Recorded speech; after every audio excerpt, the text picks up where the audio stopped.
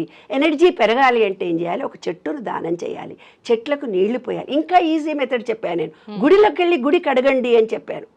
గుడి కడిగితే ఏంటి నాన్న, ఇమ్మీడియట్గా పాజిటివ్ ఎనర్జీ వస్తుంది. ఎనర్జీ ప్లేస్లో నువ్వు ఇల్లు నీ ఫిజికల్గా నీవు ఒక మంచి పని చేయడానికి వెళ్ళావు, నిష్కల్మషంతో నువ్వు వెళ్ళావు. అక్కడ నీవేదో లాభం ఆశించి నువ్వు వెళ్ళలేదు.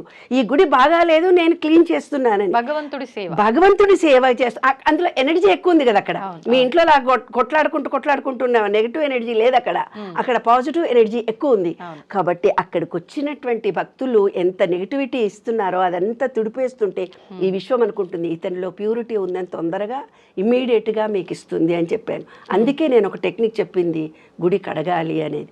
ఆ గుడి కడగడంలో అమోఘమైనటువంటి అద్భుతమైన పాజిటివ్ ఎనర్జీ మనకి ఇమ్మీడియట్గా వస్తుంది.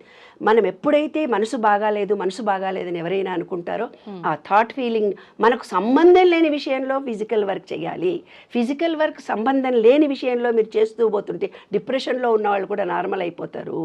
ఏమ్మా, ఏ ఆలోచన నాలో స్థిరత్వం కలగటం లేదు, నేను మెడిటేషన్ చేసిన, ఆ పూజలు చేసిన, ఏ పూజలు చేసినా కాదు.